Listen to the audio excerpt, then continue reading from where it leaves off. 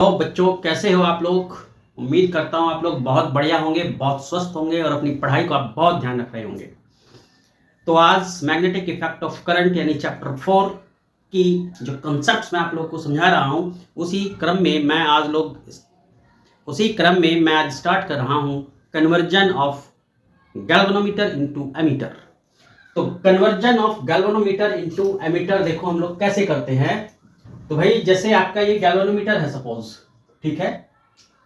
इस गैल्वेनोमीटर का जो रेजिस्टेंस है वो Rg है। तो मेरी बात पे ध्यान देना कि हम लोग क्या कर रहे हैं, conversion of galvanometer into ammeter.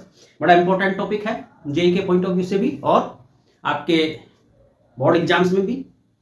तो अब देखो, इसमें ये गैल्वेनोमीटर है हमारा और इसका जो रेजिस्टेंस है वो Rg है। अब जब तक हमने इसको कन्वर्ट नहीं किया है, राइट, तो हमने सपोज किया कि जो Ig है वो ये करंट है जिसको हम कहते हैं फुल स्केल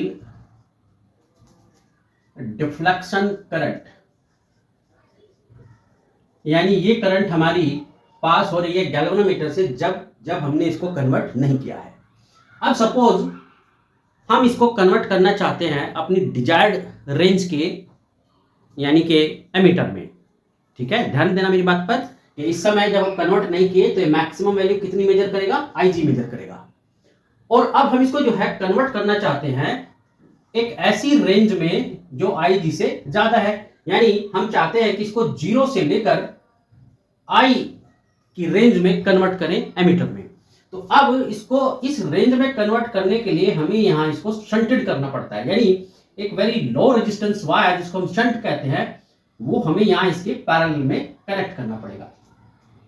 अब ये जो शंट हमने यहां यूज किया है लो रेजिस्टेंस वायर, इस लो रेजिस्टेंस वायर की वैल्यू कितनी होगी वो डिपेंड करेगी कि ये जो आप इसको कन्वर्ट कर रहे हो उसकी रेंज कितनी है, यानी किस रेंज के एमीटर में आप इसको कन्वर्ट करना चाह रहे हो, उसी पर डिपेंड करेगी शंट की वैल्यू। क्लियर है मेरी बात। अब एक बात और ध्यान रखो कि जब आप इसको शंटेड करते हो तो इसका जो इफेक्टिव रेजिस्टेंस होता है वो डिक्रीज हो जाता है, यानी पैरेलल में कनेक्ट किया है और पैरेलल में आप जानते हो कि रेजिस्टेंस जो इक्विवेलेंट आता है वो इंडिविजुअल लीस्ट वैल्यू से भी छोटा होता है। तो इसलिए जो इफेक्टिव रेजिस्टेंस होगा वो कम होता है, यानी पहले से डिक्रीज हो जाएगा, राइट।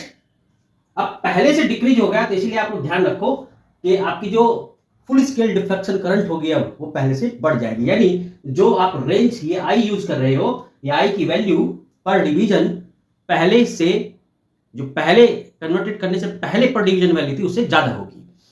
अब देखो यहां ध्यान दो आप लोग कि आपने जब इसको एमीटर में कन्वर्ट करना है तो ध्यान रखो इसमें हम शंट यूज करते हैं, लो रेजिस्टेंस वायर यूज करते हैं और वो इसके पैरेलल में यूज करते हैं। तो अब यहां ध्यान देने की बात यह है कि ये जो करंट थी जो अब ये मेजर करेगा, यानी मैक्सिमम वैल्यू कितनी मेजर कर सकता है वो I मेजर कर सकता है। तो ये I करंट इसमें दो पार्ट्स में डिवाइड हो गई, एक तो ये गैल्वेनोमीटर में चली गई जिसको हमने Ig नेम दिया और एक ये शंट में आ गई जिसको हमने Is नेम दिया।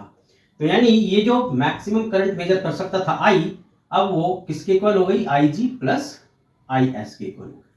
इन दो करंट में ये डिवाइड हो गई। अब अगली बात ध्यान देने की क्या है यहाँ पर, वो ये है कि भाई जब आप इसको शंटेड कर रहे हैं यानी आप पैरेलल में ये लो रेजिस्टेंस वायर यूज कर रहे हैं तो आप जानते हो कि इन दो पॉइंट के बिटवीन ये देख रहे हो यहाँ पर जो पोटेंशियल डिफरेंस होगा वो गैल्वेनोमीटर और शंट के अक्रॉस सेम होगा। Means the potential difference across the galvanometer will be equal to potential difference across the shunt. तो अब यहाँ ओम्स लॉ अगर हम यहाँ यूज करें तो क्या आ जाएगा, Ig Rg गैल्वेनोमीटर का रेजिस्टेंस है, करंट इन शंट कितना है Is और यहां शंट का रेजिस्टेंस S है। क्लियर। अब यहां देखो ये जो आप देख रहे हो I = Ig प्लस Is, अगर हम यहां से Is की वैल्यू निकाल देंगे क्योंकि I क्या है, नॉन वैल्यू है, Ig भी हमें पता होती है, तो कितना आ जाएगा Is की वैल्यू I माइनस Ig। तो जब यहां पुट करोगे आप लोग तो Ig Rg = I minus Ig S, तो ये आ जाएगा हमारे पास S = Ig Rg I minus Ig। तो इससे हम जो है अपने शंट की वैल्यू निकाल सकते हैं कि भाई हमारा जो शंट की वैल्यू आएगी, यानी जो लो रेजिस्टेंस वायर इसमें हमें कनेक्ट करना है पैरेलल में, वो लो रेजिस्टेंस वायर कितना होना चाहिए वो हम यहाँ निकाल सकते हैं। अब यहाँ एक बात मैं आपको और बता देना चाहता हूं कि अगर आप सपोज न्यूमेरिकल में आपको पता है कि volt meter across the galvanometer कितना है, तो आप इस Ig और Rg को ऐसे भी लिख सकते हो Vg upon I minus Ig। तो ये हमारे पास इसका फॉर्मूला आ जाता है कैलकुलेट करने का। अब देखो भाई एक बात और ध्यान से यहाँ समझो कि आपको लो रेजिस्टेंस वायर लगाना है। अब वो जो वायर आप लगाओगे उसकी लेंथ कितनी लोगे, ये भी बड़े काम की चीज है। इसको हम कैसे पता लगाएंगे, तो जैसे आपने ये वायर यहाँ कनेक्ट किया है सपोज, ठीक है, इसकी लेंथ भी हमें फाइंड करनी है।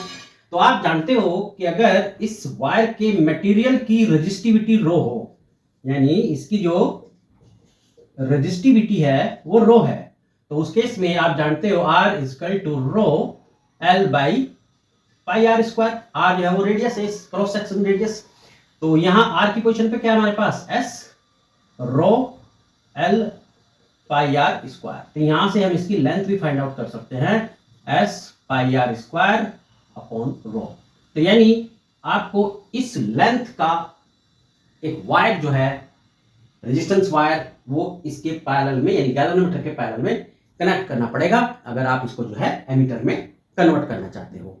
तो अब एक बात मैं यहाँ और बता देना चाहता हूं आपको कि जैसे मैंने शुरू में भी आपसे बोला था कि अब ये जो एमीटर आया कन्वर्ट होके ये पर डिवीजन वैल्यू, करंट की जो पर डिवीजन वैल्यू होगी वो पहले से ज्यादा मेजर करके देगा। अर्थात आप कह सकते हैं कि इसकी जो फिगर ऑफ मेरिट है वो पहले से जब तक आपने इसको कन्वर्ट नहीं किया था उसके कंपेरिजन में अब ये थोड़ी सी बढ़ जाएगी। तो ये बात आप लोग ध्यान देना। तो आई होप कि आपको क्लियर हो गया होगा। कोई डाउट है तो जरूर मुझे बताना। अपना पूरा ध्यान रखना, पढ़ाई बढ़िया से करना। चलिए, मस्त रहना, खुश रहना।